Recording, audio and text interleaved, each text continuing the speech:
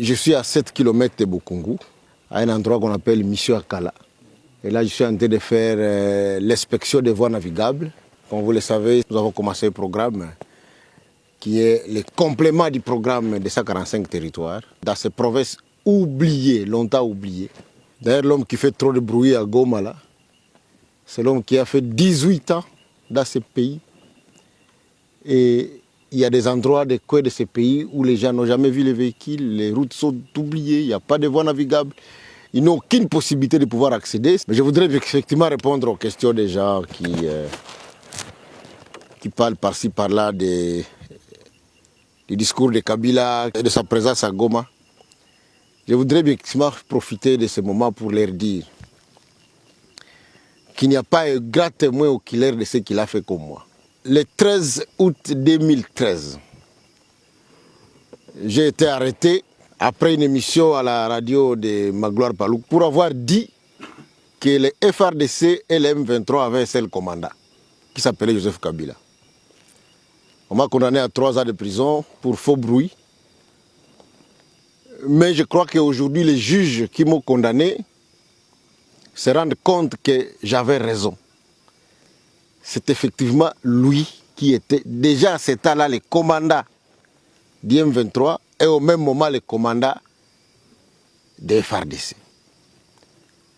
Par cette duplicité qui a duré plus de 18 ans, il a réussi à faire filtrer notre armée de bout à bout, de telle manière que nous sommes incapables de gagner la guerre. Il est allé trop loin, puisque dans les récents affrontements, il appelait individuellement des officiers qui lui sont encore fidèles pour qu'ils puissent saboter les efforts du chef de l'État, notamment en abandonnant des villages tout entiers et des villes entre les mains des rebelles. Donc depuis longtemps, la rébellion du M23 a comme commandant suprême Joseph Kabila. Et d'ailleurs, par mes renseignements, j'avais appris que Nanga voulait devenir président de l'AFC. Kabila a dit non, tu ne peux pas devenir président, tu vas être seulement coordonnateur. Puisque quand tu auras pris Kalemi, moi-même le président, je viendrai pour prendre ma place. En fait, depuis que cette guerre a commencé, il n'y a que lui qui la commande, il n'y a que lui qui la finance. On ne peut pas cacher des choses. Les chefs de l'État, à les nommer, les gens avaient dit qu'ils n'avaient pas raison, mais aujourd'hui, les faits nous donnent raison. Il est allé à Goma pour prendre lui-même le commandement de cette guerre et il a un seul objectif, il veut à tout prix prendre le Katanga et s'arrêter au Katanga puisqu'il est passionné depuis trop longtemps par l'idée de la balkanisation. Mais c'est très triste, c'est très triste. Je voudrais aussi d'ailleurs, pour ceux qui ne le savent pas, toutes ces fameuses guerres qu'il a soi-disant menées contre l'M23, elles n'ont jamais été menées. Nous avons été menés sur toutes les batailles. Et même quand Mamadou Ndala, notre oncle de Wamba, et le général Baouma, notre oncle aussi de Isangi, lorsqu'ils ont décidé de mettre fin à cette guerre, ils ont fermé leur téléphone. Kabila ne savait pas les atteindre.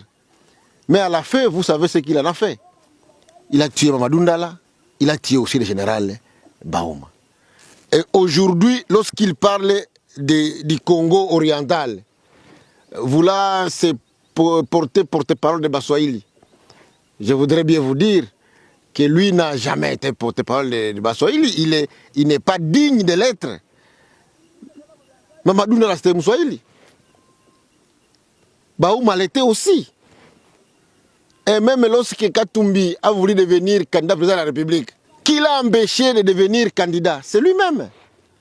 C'est pour vous dire qu'il ne peut pas prétendre que c'est lui qui est le porte-parole de Baswahili. Je voudrais d'ailleurs à cette occasion demander à mon frère Mboussa Nyamwisi que nous ici, nous sommes un peuple noble, un peuple respectable et un peuple respecté.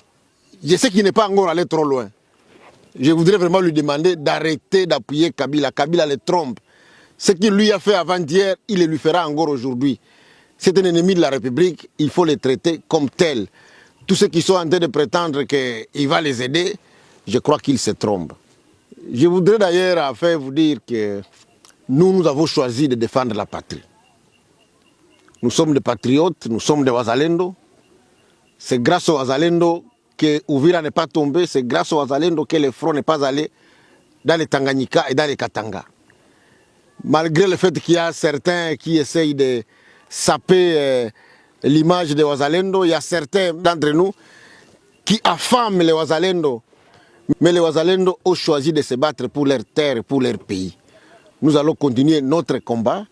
Et je voudrais dire aux Gomatraciers, à tous les Wazalendo de Goma, que Kabila, le bourreau de la République, ne doit pas trouver sommeil dans la ville de Goma.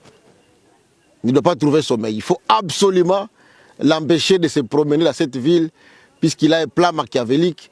Il nous a volé 18 ans en train de faire la complicité avec les services rwandais. Il est arrivé à vendre certains des titres miniers appartenant à la RDC au Rwanda et à des officiers rwandais, que ce soit dans le Kivu comme dans les Katanga, et il veut continuer sa lutte macabre. Nous allons rester derrière Tshisekedi pour les combattre.